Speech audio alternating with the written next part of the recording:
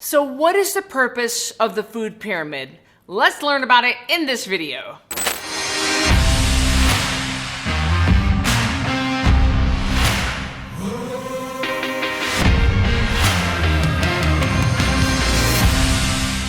In this video, we're going to talk about the real story that most people don't know about the food pyramid. And then we'll go through why our generation is the sickest and the fattest we have ever been in human history. And last, we'll talk about what Cristy's food pyramid would look like. So without going down the rabbit hole too far, back in the 1950s, this man named Ancel Keys came along, and somehow he convinced our government to demonize fat, to cut the fat out of our diet and to go low fat. Because our president at the time had a heart attack. We all believed that fat was what caused him to have clogged arteries, but the guy was a chain smoker, he was a sugar addict, but nobody wanted to say that. So then it became apparent that we needed some sort of a food guidelines for Americans to make sure that we were getting the nutrition we needed and getting the education around food that we needed. The problem was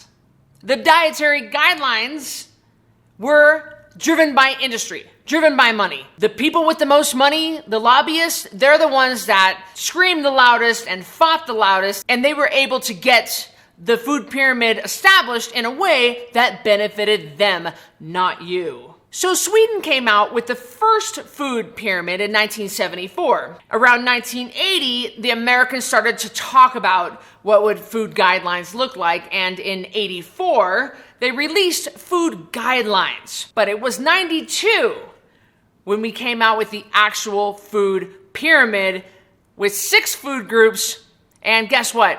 Grains being at the bottom. The food pyramid went through a transition in 2005, a little bit of a change, and then it completely changed to my plate in 2011.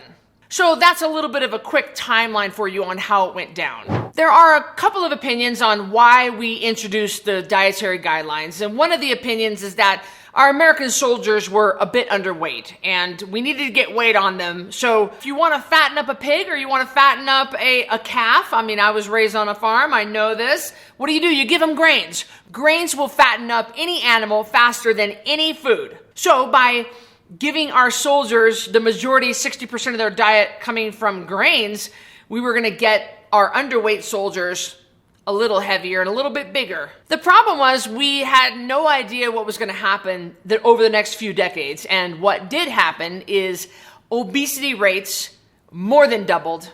Type 2 diabetes more than doubled. We are now the sickest and the fattest in human history. In fact, we have a generation of kids that will not outlive their parents. We have type 2 diabetes in 5-year-olds. We have a whole generation of pediatricians that don't know how to treat diabetes in children. Type 2 diabetes is a lifestyle-driven process when you make too many demands on your pancreas and you beat up your pancreas and your pancreas gives up. It quits producing insulin. So this is a really serious problem. My problem is I believe the USDA ignored evidence and ignored the data science or research that indicated sugar was the problem. Grains turn into sugar as soon as you swallow them. That's how grains work. And that fat is not the enemy. Fat and protein, not the enemy. And we don't want to demonize it. So by telling Americans to go low fat and by putting fat and meat near the top of the food pyramid and grains at the bottom, by asking Americans to get 9 to 11 servings of grain a day, the government is responsible for making us the sickest and the fattest in human history. And now we have decades of research and they're still ignoring it. They tried to change it to my plate in 2011. It's really not that much better. We're not addressing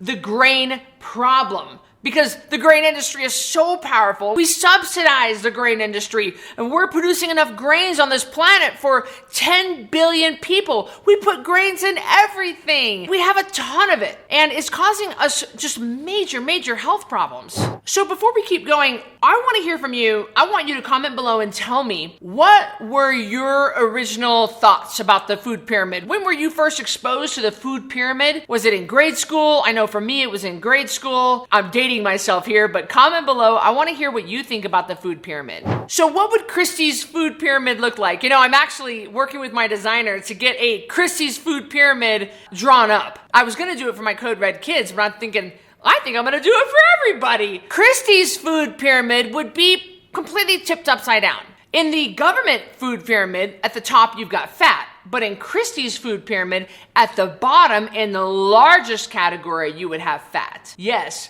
I said fat. I'm talking about not the fat, like, you know, you think, well, fat isn't good.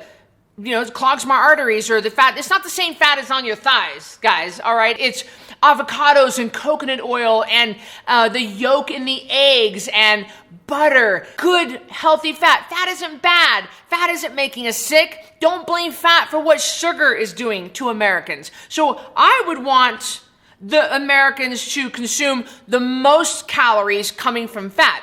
And the next category, I would put meat and dairy. Yes, I would. Meat and dairy, because that's the way that we were created to eat. Our ancestors ate meat all the time.